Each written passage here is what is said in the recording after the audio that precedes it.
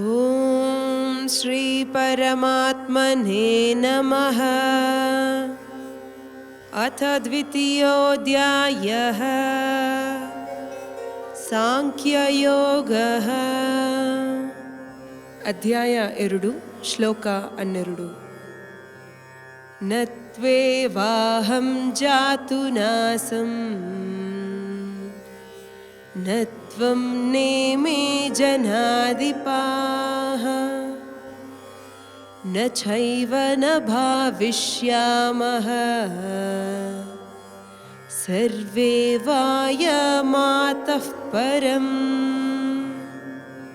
ಶ್ಲೋಕನ ಅರ್ಥ: ನಾ ಇಲ್ಲದ ಕಾಲ ಎಂಬುದು ಎದುವೇ ಇಲ್ಲ.